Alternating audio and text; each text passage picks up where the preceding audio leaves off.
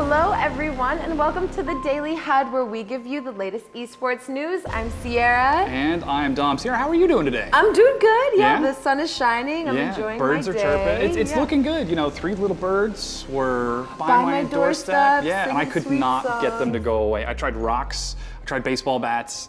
They were just there the entire time. No! But hey, let's get into what's happening for today because hey, we're looking at Destiny 2, a new event called the Revelry will be coming soon. Afterwards, a long overdue update is finally here for PlayStation users. Then we're going to take a look at some information on investment in esports made by big names in the NPA and the pop culture scene. And finally, we're looking into the dissatisfaction of current Fortnite competitive changes. Starting off our coverage for the day, Destiny 2 has announced their new event update called Revelry, with a slew of activities that not so subtly remind you that the weather is warming up. The extravaganza revives the haunted forest from the fall's Festival of the Lost, but this time with a decidedly more cheery landscape, like those birds. Mm-hmm. Three little birds.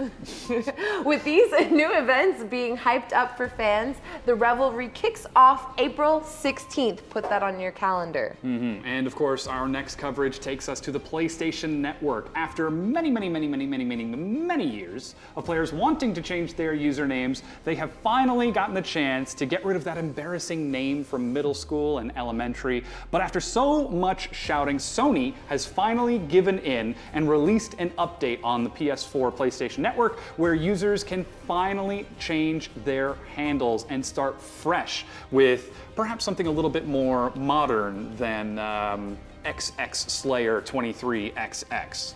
We could only hope so. Yeah, one would only hope.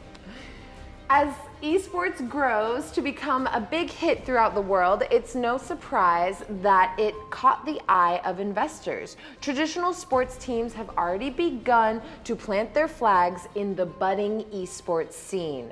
Now, teams from the NBA were some of the first investors to have permanent esports teams. Rick Fox, former LA Laker and NBA champion, has invested into a League of Legends LCS team, the appropriately named Team Echo Fox. Now, since Echo Fox's start in League, they've since branched out into the fighting game community with Dragon Ball FighterZ, Street Fighter V, Super Smash Bros., and their aspirations aren't stopping there, as Echo Fox has even started to make preparations to enter Fortnite and Apex Legends. Even the New York Yankees have made major investments in the Echo Fox organization. 100 Thieves of Call of Duty fame were similarly invested in by an NBA team. Call of Duty pro turned celebrity Matthew Nadeshot Hogg has formed a partnership with NBA's Cleveland Cavaliers, who have been supporting growth in the team with the Cavaliers' assistance. 100 Thieves has become permanent teams in both Call of Duty and League of Legends and are making forays into Fortnite as well. Now, whereas 100 Thieves received an investment, Clutch Gaming are owned by the Houston Rockets. Clutch is looking to establish themselves in the fighting game community and again with battle royales such as Fortnite and Apex. Another 2 teams in similar positions to Clutch are the product of their NBA benefactors. FlyQuest joined the League of Legends scene in 2017 and they're owned by co-owner of Wes Eden's NBA team, the Milwaukee Bucks. Unlike Clutch Gaming though, FlyQuest has another team in the LCS Academy and are also expected to branch out into the fighting game and battle royale community. Yet a second NBA esports team with an LCS and LCS Academy team is the Golden Guardians. There has been a lot of news about them branching. There hasn't been any news, about them branching out. However, there have been talks of some new partnerships, hopefully coming soon for the team. Fantastic. The Miami Heat also hit an investment with Misfits Gaming. There have been talks about them starting their own esports team, but no news has gotten out. It's clear that classical esports organizations are seeing huge potential in esports franchises. Moving on from team investments, what about celebrity investments? Leading esports brand Energy is known to have a star-studded lineup of celebrity backers, including NFL players, Marshawn Lynch and the retired Michael Strahan, yeah. pop artist Jennifer Lopez, and so much more. Mm-hmm. Esports team Rogue is co-owned by well-known DJ Steve Aoki, who takes an active role in promoting both the team and the brand itself. While traditional sports always bring something different to the table when backing up their teams, having large and established organizations put their time and resources behind these new esports teams only indicates the growth of this new, budding, fantastic esports industry. Current projections claim that in the United States, esports will have more viewers than any traditional sport except for NFL by 2020. And so, we have to ask the question, is it only a matter of time before esports becomes mainstream, or has it already arrived? Well, hopefully this can give us a little bit more insight. But turning towards our final coverage of the day, recently Fortnite players have been expressing their concern and dissatisfaction over the current status of competitive Fortnite. In the wake of the Fortnite World Cup, Epic Games has made a lot of changes to the game to provide a better competitive arena environment to prepare players for the Fortnite World Cup. But players have reacted to the changes in ways that we have never seen before. Some individuals even said that this could be the fall of Fortnite. Now, I'm sure this is grossly over-exaggerated in terms of the fall of Fortnite. It is still one of the most played games out there right now. So we're going to have a little bit of a discussion over some of this dissatisfaction. We'll have the link to the document down in the description if you want to take a look at it more closely. Here's a quick bullet points list. We've got stinks, splodes, snipers, the point system, of course, ballers, which everyone agrees have been broken. However, as of the time of filming this, about an hour ago, a hotfix did go out nerfing the overall health to ballers down to 200, so it seems like Epic is listening. And then in addition to that, looking at a tournament-specific rule set and mobility in randomness. So again, that's a lot of topics to cover. We'll get through each one as we go through, but let's start with the dissatisfaction with stinks, I think. Sure, fantastic. Stinks, that's what freezes you. The stink grenades. Yes. Yes. So when you are in cover, say you're down to the final few circles, there's only 1 or 2 squads left, you build yourself up a nice building, you take a few shots, you trade, do a little bit of damage, start healing up, and then somebody throws out a stink bomb. With the damage done by stink bombs at the moment, it's 10 damage per second. You immediately have to move. It takes 2 to 3 seconds to use a small shield, plus more for a full shield, and then there's the health as well. So you have to get out of there, which means you not only don't get to heal, you also take additional damage. People are dissatisfied because that feels bad. You shoot someone, you take damage. The normal gameplay loop is you heal up, you recover, you try again and see who gets the kill. Right. With stink grenades, the other person is at an immediate disadvantage because you just keep flushing them out and they drop in such high numbers. And how does that correlate with the splodes? So the splodes provide the same thing, just on a much more drastic scale. Explosives, or splodes for short, push people out of positions very quickly. Very high blast radius, very, very high damage, no time to react. Whereas if you get hit by a stink grenade, you can move out of it and get out of the way. You get hit by an explosive, then you just take the damage. And if you survive, great, now you have to run and get away from cover because explosives also do such good damage against structures. If you don't survive, then you're just out. Right. Which, again, for players feels very, very bad. And rebuilding all your mats as well. Like when a explode hits you, you lose everything. You lose all your points, you lose well, if you die, yes. Yeah. But the structure that you're building around you, say you're trying to build a ramp upwards, you lose a few levels of your structure. You have to rebuild upwards, which again costs more mats. Right. Especially towards the later end of the game where you don't have the time to really harvest them as much as you can. And finally, on this same tangent is snipers. Snipers. Getting one-tapped feels bad. Especially if you're moving out in the open, if the zone is forcing you to rotate and keep you in a bad position. Maybe you get unlucky and you start on the low ground and the zone moves up to high ground. You have to move up that hill face in the open to survive. And if someone has a sniper, it's very easy for them to turn and shoot you. Right. And take half of your health, right? Take a significant portion. Okay, yeah. A significant portion. Which, again, if you don't see it coming, It feels bad because you're just going and you're playing your game and boom, suddenly you're eliminated. You have no time to react. Isn't that more or less the role of snipers in combat Exactly. as we know it? I'm not a weapons expert in real life, but I am a weapons expert in video games. And that's what snipers are supposed to do. Right. They're supposed to keep you safe from long distance and allow you to do high damage from in a very, very short time frame. They're very high risk, but they're also very high reward. If he hits the shot, I think he should be rewarded with damage. One hit kill, that's up to Fortnite. That's up to the people who balance the game.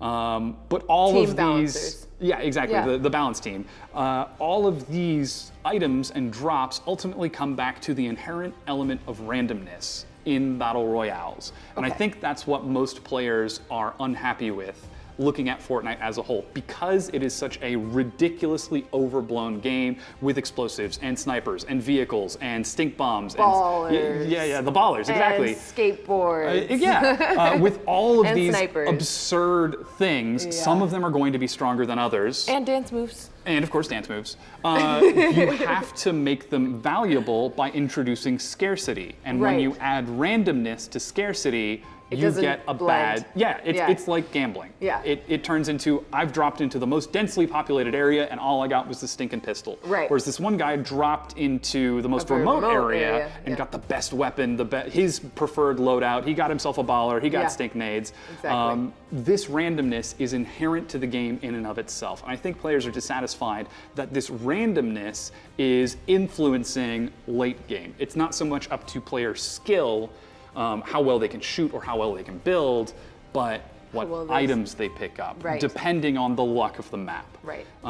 And that's something that's very, very difficult to take a look at, because if you adjust the randomness and item density and you make sure that there are high loot areas, then you have very, very high impact combat very early on, and then the late game is already decided because you have a guy with a rocket launcher against 10 guys with pistols. It's totally difficult. It becomes difficult to calculate who will come out on top. It becomes difficult for players to be able to build up their skill set, because who knows, that one game they get the sniper rifle, the next game they get the pistol. Yeah. But with having a sniper, you are exposed. I mean, you're spending all of your time scouting, so you're very well, I mean, you could get into trouble yourself. Absolutely. And that's part of the design of a sniper rifle. Right. When you scope in, you can no longer see your immediate surroundings. You don't know if there's somebody coming up behind you or somebody up on a hill about to shoot down. And that comes down to information management, which is a very, very important part of battle royales overall. Usually whoever knows where the other teams are before they do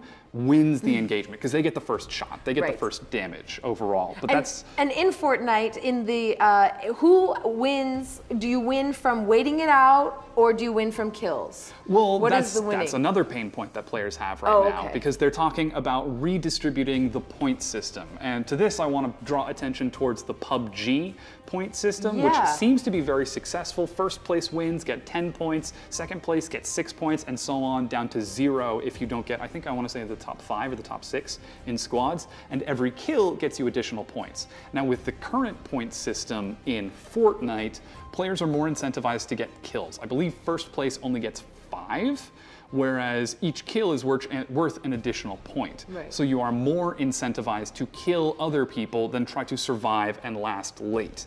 However, this strategy worked exceptionally for Team ENTS in PUBG and the European League.